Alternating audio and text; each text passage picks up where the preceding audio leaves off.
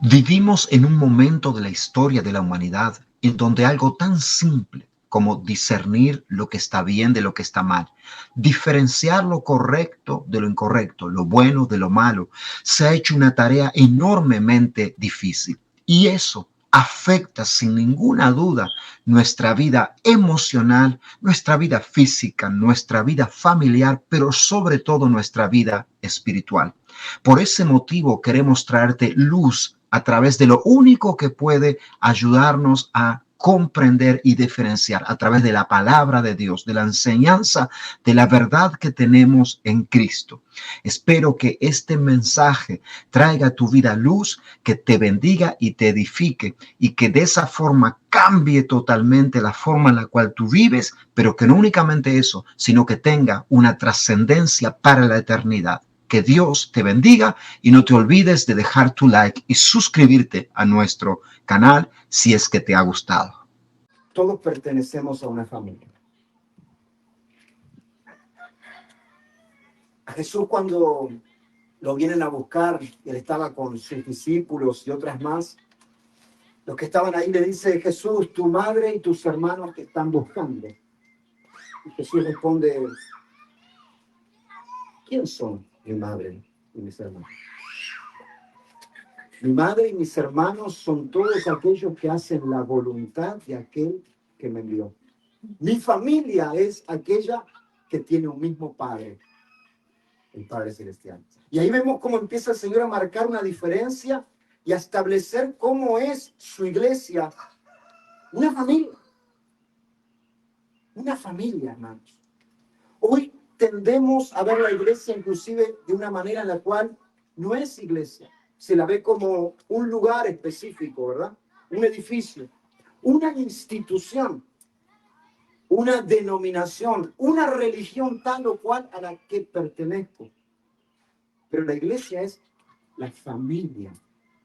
Como nos dice en Efesios 2:19, si tú quieres puedes abrir ahí Efesios 2:19. Se hace referencia justamente a eso cuando el apóstol Pablo está hablando de aquella división que ya había sido tirada a un costado, a un lado. Y justamente en el versículo 19 usa esa expresión. Yo voy a comenzar leyendo desde el versículo 13 y dice lo siguiente: pero ahora, en Cristo Jesús. Miren lo que dice aquí. Aquí no está diciendo ahora en la religión tal, ahora en la denominación X, ahora perteneciendo a determinada sede o determinado nombre religioso. No. Dice, pero ahora ¿en qué? Díganlo ustedes. ¿Ahora en qué? En Cristo Jesús, porque Cristo es el fundamento donde se edifica su iglesia. Por eso muchas veces se pierde el tiempo peleando en si pertenezco a tal o cual religión, estoy en la iglesia verdadera. Hermano, la iglesia verdadera se está fundada sobre un único fundamento, en todo lugar, en toda nación, de toda lengua, en Cristo.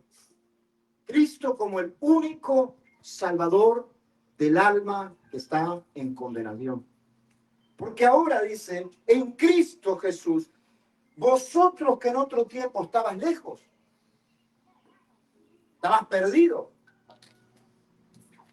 habéis sido hechos cercanos, haber sido atraídos. ¿Por qué?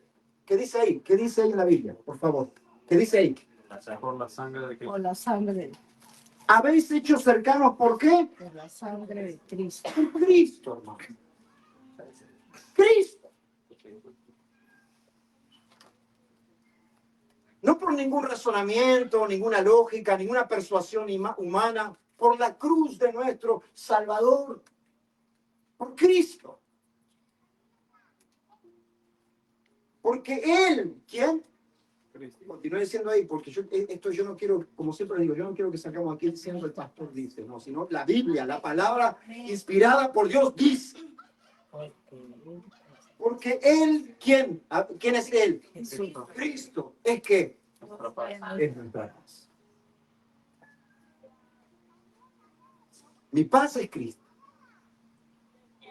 El que me ha reconciliado con el Padre cuando yo era su enemigo es Cristo por medio de su sangre. Él es el fundamento de la iglesia. Él es el dueño de su cuerpo. Él es el dueño de la iglesia, hermano. Nosotros no somos nada más que obreros cooperadores de nuestro Señor.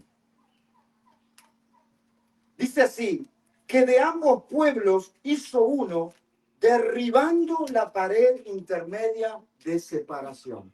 ¿De qué dos pueblos hizo uno? ¿Quién sabe? Los judíos. ¿Qué dos pueblos?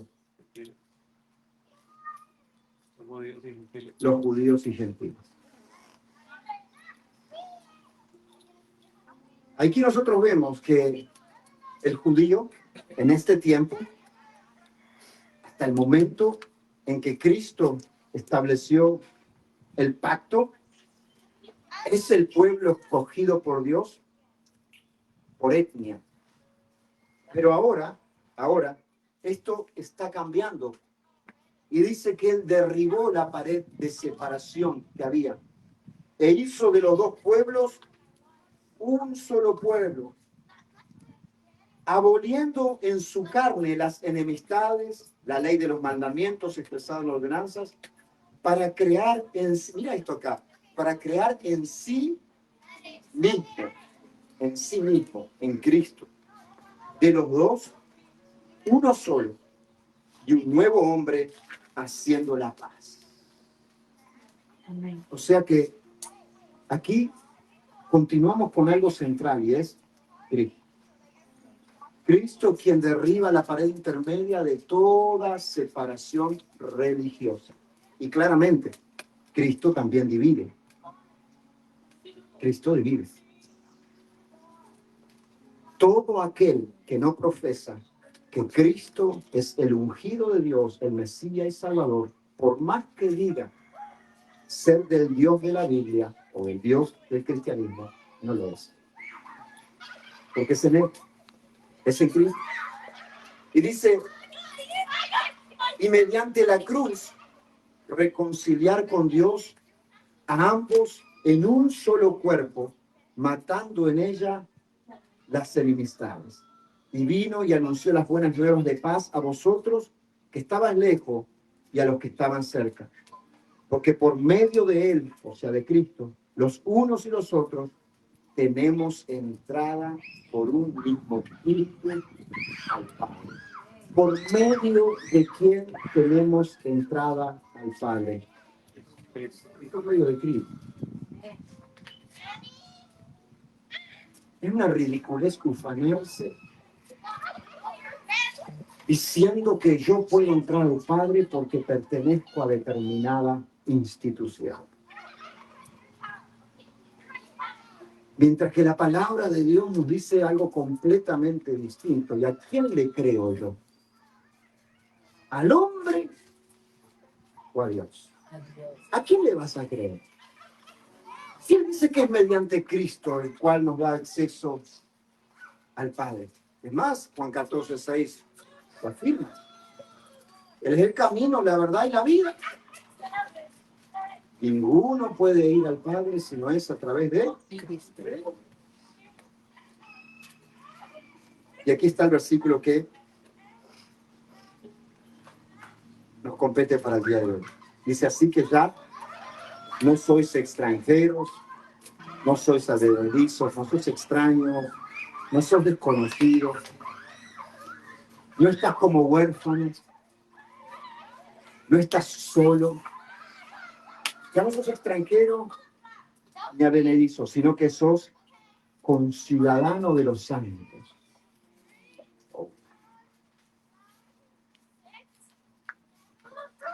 ¿Quién se alegra cuando le llega la ciudadanía americana? Ajá. ¿Se alegra, no? Amén.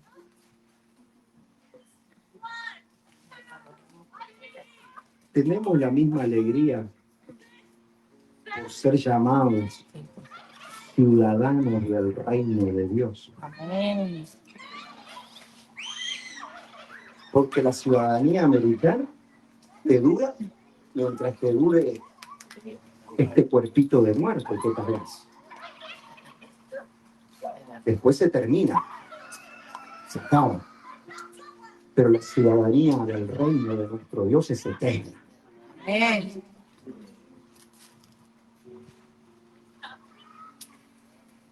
Ahora sos conciudadano de los ángeles. Eras extranjero, estabas solo, pero ahora has sido alcanzado. Estabas perdido, pero ahora has sido rescatado. Y no fuiste rescatado para dejar abandonado por ahí tirado, no, para ser parte de lo que es la iglesia, la familia de Dios. Miembros, como nos dice aquí, de la familia de Dios. Mira, la iglesia, más allá que cualquier otra cosa, es una familia donde todos somos hermanos. Compartimos el mismo grupo sanguíneo. Cuando alguien quiere saber si es familiar, ¿verdad? La prueba de paternidad, le hacen una prueba de ADN, ¿no es cierto? ¿Sí? Y ahí se confirma la prueba si verdaderamente eso no es por el ADN, por la sangre. Ahora nosotros aquí, aunque el ADN no es el mismo, biológicamente, no seamos hermanos biológicos, compartimos el mismo ADN y la misma sangre espiritual. Porque todos hemos sido bautizados, lavados, limpiados por la sangre del Cordero de Dios, la sangre de Cristo. Así es, el que está ahí al lado tuyo, el que está al frente, el que está atrás, es tu hermano. Es miembro de la familia de Dios. Ahí nosotros nos damos cuenta que vemos la iglesia como una institución, vemos la iglesia como, tal vez, un edificio, un lugar, pero Dios da una interpretación completamente distinta. Dice, ustedes son una familia. Ustedes son aquellos a los cuales hacía referencia Jesús cuando les fueron a preguntar por su madre y sus hermanos que te buscan. Y dice, no, mi madre y mis hermanos son todos estos que han sido lavados por la sangre del nuevo pacto. Y así como en tu familia biológica tú tienes hermanos que a veces son más difíciles que otros, más problemáticos que otros, y hay otros que son menos problemáticos, así mismo también es en la iglesia, la familia de Dios. Así como en la familia hay quienes el Señor les da determinadas habilidades y los llamamos al tío plomero cuando se rompió un pipe, un caño.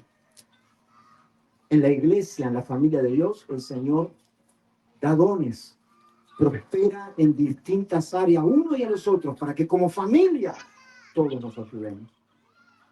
En este momento, ¿verdad? Nuestros hermanos Cristian y Erika fueron bendecidos por Dios con este lugar, esta casa, esta propiedad. Fueron bendecidos en esta área. Un área de bien material, un área financiera, podríamos decir. Y como familia en Cristo, nosotros nos alegramos con esa victoria, nos gozamos con esa victoria. Y damos gracias que comparten ese bien también con nosotros, como su familia, como sus hermanos. Pero también a ti el Señor tal vez te bendice económicamente también, te prosperan los bienes. Y como familia estás llamado a hacer lo mismo. O tal vez el Señor te prospera con una preciosa familia que tal vez no tiene los mejores bienes, pero gozas de una familia muy linda. Pero hay otro que en este país está solo. No tiene familia, pero está la tuya. Tal vez a ti el Señor te ha prosperado con diversos talentos, dones, habilidades, que son, ¿para qué? ¿Sabes qué? Para bendecir a tu familia. ¿Quién ha viajado aquí a Estados Unidos, por lo menos de manera inicialmente, con el sueño de bendecir a su familia en su país de origen. Yo voy a salir de aquí, de Honduras, no quiero mencionar países, de Uruguay, mejor de Uruguay, voy a salir de Uruguay porque quiero, a mi mamá yo quiero comprarle nada. Yo quiero que no pasen tanta necesidad como yo paso, para enviarle a mis hijos, si los hijos quedan allá, que tengan para sus tenis, para sus estudios, ¿sí, verdad? Con el bien que tú recibes aquí, tú quieres bendecir a tu familia que no tiene ese bien allá. En la iglesia, el cuerpo de Cristo, todos somos bendecidos de formas diferentes. Gracias a Dios que a todos aquí el Señor no nos hace ricos, ¿no es verdad? O algunos ya ricos aquí. Ninguno dice amén. Pero unos gozamos de repente de una holgadez económica más que otros. Eso es real. Hay otros que la pasan ajustada de mes a mes y no solo de mes a mes, retrasados, Juan. Y hay otros que no, la llevan más suave, más tranquilo. Y el hermano que la pasa retrasado sabe el sufrimiento que es mes a mes. La pelea, suda, no llega. El otro tal vez no sabe lo que es eso. Vamos holgados y hasta a veces más extendido. Y es un canal de bendición para el otro. Y en cada área de nuestra vida, punto a esta área, pero en cada área es así, hermano. Tal vez el Señor a ti te dio el don y la capacidad de poder orar por otros y que el Señor, esa oración llegue al cielo de verdad. No es que las otras no lleguen, pero Dios te bendijo de una manera que tu oración, a mí me encanta cuando mi esposa ora. La otra vez me vino un ataque de la vesícula, hermano, antes de la noche me vino otro ataque de la vesícula. Ay, no. Yo me arrepentí de haberme metido esas costillas.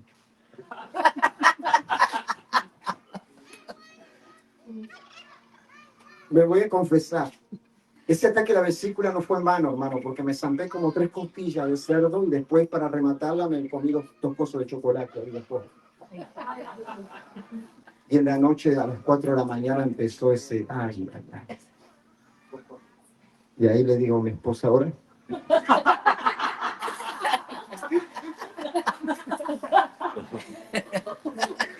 Yo, gloria a Dios, al rato se fue el dolor. Pero tantas cosas uno piensa cuando está así. Yo decía, pensar que con estos dolores así, uno por más que a veces quiera hacer cosas, no puede hacer, es cierto. Y yo me ponía a pensar en personas que a veces andan con dolor y que uno dice, pero hay que hacer. No, yo dije, y Dios me hablaba, me decía, ponete a hacer cosas ahora con ese dolor que tengo. Y yo, no. Lo único que quería era que andaba de un lado para otro caminando para que se me pasara. Pero esta vesícula va a resistir, hermano. Hay que cuidarla. Hay que mimarla. Claro, no comiendo costilla. Imagínate cuántas veces el pastor, no coma chicharrón, y ese zampa 3 costillas. Pero qué ricas que estaban. Pero bueno, la familia de Dios. Y hay quienes oran, hay quienes tienen otras. Hermanos, ¿sabes qué sucede? Qué difícil es. Hoy hicimos un evento como este, prácticamente faltaron unos poquitos, uno por razón, otro por otro, pero prácticamente casi todos estamos aquí. Qué lindo que es cuando hay ánimo en las cosas que se hacen. Cuando uno empuja al otro. Pero qué difícil es cuando uno ve que hay quienes reman para el lado contrario. Yo no sé si es la edad o no, yo lo comento con Eliseo, varias veces lo comenté, a mí como que la paciencia se me ha empezado como a... Tengo que orar más, no tengo que reconocerlo, me falta oración. Pero, hermanos, qué lindo que es cuando ponemos ¿no? Cuando no tenemos que estar como cinchando con un remolque de esos como los que maneja el Cristo, unos remolques que uno no sabe. Somos de ánimo, y la familia de Dios debemos de animarnos los unos a los otros.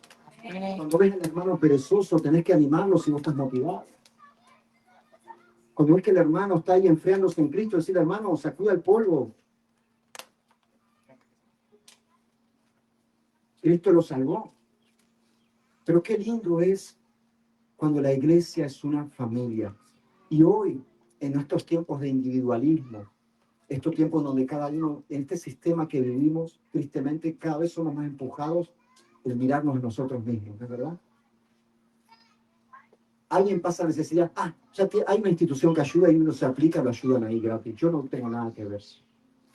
Vivimos en un sistema donde coopera para el individualismo, donde instituciones sean las que se ocupen de ayudar a los otros, pero yo no hago parte. Pero así no es la iglesia. La iglesia somos los unos con los otros. Eso es iglesia. Esto es iglesia. Los unos con los otros. No es un lugar a donde voy. Es un lugar al que pertenezco. En donde soy. Yo soy parte de la familia de Dios. Vos sos mi hermano. Mi hermana. Amén. Los hermanos de Jesús no creían en él. Y eran sus hermanos. ¿Se recuerdan? Y Jesús empieza a establecer un vínculo familiar que traspasa el sanguíneo. Por eso Proverbios no de casualidad dice que hay amigos que son más que hermanos. Hay un vínculo establecido por el Señor que traspasa el sanguíneo y es en la familia de Dios, en su iglesia. Somos hermanos los unos de los otros. Te guste la cara o la forma de ser de tu hermana, es tu hermano.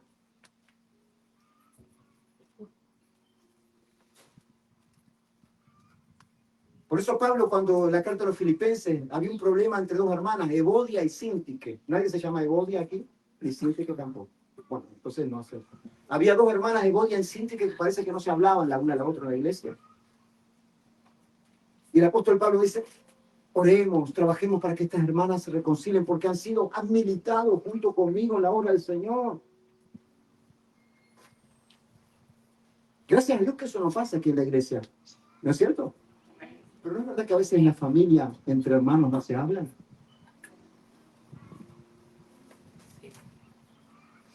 O entre familiares no se saludan. No, yo sé a aquel va, yo no voy.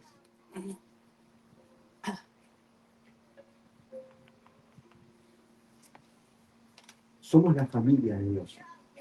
Y así fue como comenzó la iglesia. Para terminar, y ya no extendernos más, ¿querés saber cómo comenzó la iglesia? Vamos al libro de Hechos, capítulo 4, mirá.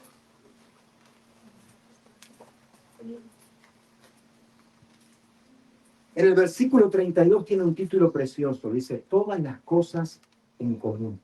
Dice así. Y la multitud de los que habían creído, la iglesia recién comenzó, recién arrancó. La iglesia recién estaba comenzando. La multitud de los que habían creído era de un corazón. Estaban en un mismo sentir. Y un alma. Caminaban hacia una misma dirección. Cristo no se negociaba. Si yo tengo un interés por algo y ese interés me lleva a pelearme con mi hermano, que prevalezca Cristo. Y ninguno decía ser suyo propio nada de lo que poseían, sino que tenían todas las cosas en común. Y dice aquí, y con gran poder los apóstoles daban testimonios de la resurrección del Señor, y abundante gracia era sobre todos ellos. Así que no había entre ellos ningún necesitado, porque todos los que poseían heredades, casas, las vendían y traían el precio de lo vendido y lo ponían a los pies de los apóstoles y se repartía cada uno según su necesidad. Y aquí nosotros vemos que José toma una decisión, después vemos que Ananías y Zafira hace lo mismo y tienen un desenlace un poco trágico. Y en el versículo 12 nos dice lo siguiente, del capítulo 5. Y por la mano de los apóstoles hacían muchas señales y prodigios en el pueblo, y estaban todos unánimes en el pórtico de Salomón. De lo demás, ninguno se atrevía a juntarse con ellos. Dice, más el pueblo los alababa grandemente. Y los que creían en el Señor aumentaban más, gran número así de hombres como de mujeres, tanto que sacaban a los enfermos a las calles y los ponían en las camas y los lechos, para que al pasar Pedro, a lo menos su sombra cayese sobre alguno de ellos. La iglesia crecía. ¿Y sabes por qué crecía? Aunque no tuviesen un templo a donde ir, aunque no tuviesen una manera institucional establecida, aunque todavía no tuviesen el nombre, somos uno de las naciones, aunque todavía no tuviesen una denominación a la que pertenece, ¿sabes por qué la iglesia aumentaba y crecía y todo el pueblo se admiraba de ellos? ¿Sabes por qué? porque eran familia. Eran familia. Y no podemos olvidar nunca eso, hermano. Más allá de cualquier cosa, nosotros somos familia de Dios. Y si tenemos algo en contra de algún hermano, es mejor resolverlo lo antes posible. Porque ¿sabes qué? Resolverlo mejor de este lado, porque vas a estar en la eternidad con él.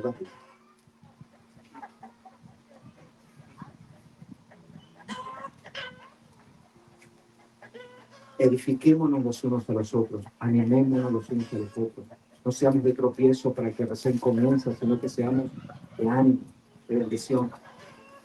Y demos gracias siempre a Dios, siempre a nuestro Señor y a nuestro Dios, por la vida de nuestro hermano y de la iglesia local en la cual el Señor nos ha plantado. Bendice tu casa, tu iglesia local. Da gracias a Dios. Bendice la vida de tus hermanos en el lugar donde el Señor te plantó, porque de esa manera tu vida es bendecida por Dios. Amén. Vamos a orar. Vamos a orar por este mensaje como familia, como hermanos. Y vamos a orar después sí por las ofrendas, en gratitud al Señor por aquello que nos ha dado. Pero primero vamos a orar por este tiempo que tenemos como familia.